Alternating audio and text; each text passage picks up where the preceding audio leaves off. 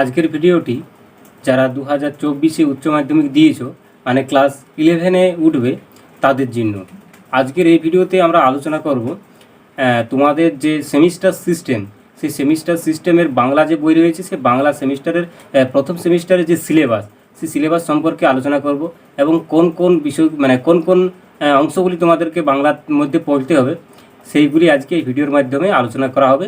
তো চলো ভিডিওটি শুরু করা যাক। আর ভিডিও শুরুর পূর্বে তোমাদেরকে বলে রাখি, চ্যানেলে যারা নতুন আছো চ্যানেলটিকে সাবস্ক্রাইব করে রাখো পরবর্তীতে এই ধরনের ভিডিও পাওয়ার জন্য। তো চলো দেখতেই পাচ্ছ চলে এসেছি মোবাইলের স্ক্রিনে। দেখো বাংলা ক পাঠ্যপুস্তক একাদশ শ্রেণী দেখে নাও। সমস্ত কিন্তু এখানে তোমাদের দেয়া আছে পশ্চিমবঙ্গ উচ্চ মাধ্যমিক শিক্ষা সংসদের নতুন সিলেবাস। তো তোমরা দেখতেই পাচ্ছ প্রত্যেকে প্রথম সংস্করণ 2024। এটি কিন্তু তোমাদের সেমিস্টার সিস্টেমের যে পরীক্ষা বা এবছর থেকে নতুন যে সেমিস্টার চালু হচ্ছে সেই সিলেবাস অনুযায়ী তোমাদের এই পাঠ্যপুস্তকটি নির্মাণ করা হয়েছে। এখানে কোন কোন পড়াগুলি তোমাদের পড়তে হচ্ছে তো চলো দেখে নাও।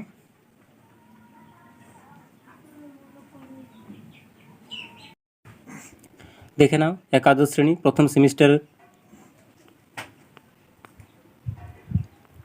দেখো এখানে যে সূচিপত্রটি রয়েছে সেই সূচিপত্রটি দেখে নাও। একাদশ শ্রেণীর প্রথম সেমিস্টারের যে সূচিপত্র দেখতে পাচ্ছ, এখানে আমি একটু বড় করে তোমাদের দেখাচ্ছি, দেখে নাও। দেখো প্রথমে যে গল্পগুলি তোমাদেরকে পড়তে হবে, যে গল্পটি পড়তে হবে ফার্স্ট সেমিস্টারে, সেটি হলো পুঁই মাচা। এটি বিভূতিভূষণ বন্দ্যোপাধ্যায়ের লেখা, এটি তোমাদেরকে পড়তে হবে। এরপর দেখো এখানে একটা প্রবন্ধ তোমাদেরকে পড়তে হবে, সেটি হলো বিড়াল, যেটির লেখক হলেন বঙ্কিমচন্দ্র চট্টোপাধ্যায়। এরপর দেখো কবিতা যেটি রয়েছে সেটি হলো ঈশ্বরচন্দ্র বিদ্যাসাগর, যার লেখক হলেন মাইকেল মধুসূদন দত্ত।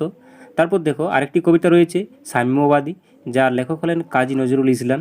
এছাড়াও তোমাদের যে আন্তর্জাতিক গল্প মানে পুরনো সিলেবাসের যে আন্তর্জাতিক গল্পটি ছিল সেটা কিন্তু এখানে রয়ে গেছে, বিশাল ডানাওয়ালা এক থুরথুরে বুড়ো। দেখো এটি কিন্তু তোমাদের পুরনো সিলেবাসেও ছিল। এছাড়াও দেখো এখানে ভারতীয় কবিতার মধ্যে যেটি রয়েছে চরণ কবি ভার ভারাও, এটি বঙ্গানুবাদ করেছেন শঙ্খ ঘোষ। এইগুলি তোমাদেরকে পড়তে হবে। তো দেখো এইখানের যে পড়াগুলি তোমাদের দেওয়া আছে সেগুলি কিন্তু পিডিএফ আকারে আমার কাছে আছে এবং এগুলি কিন্তু এখনও আমি পড়ানো শুরু করিনি।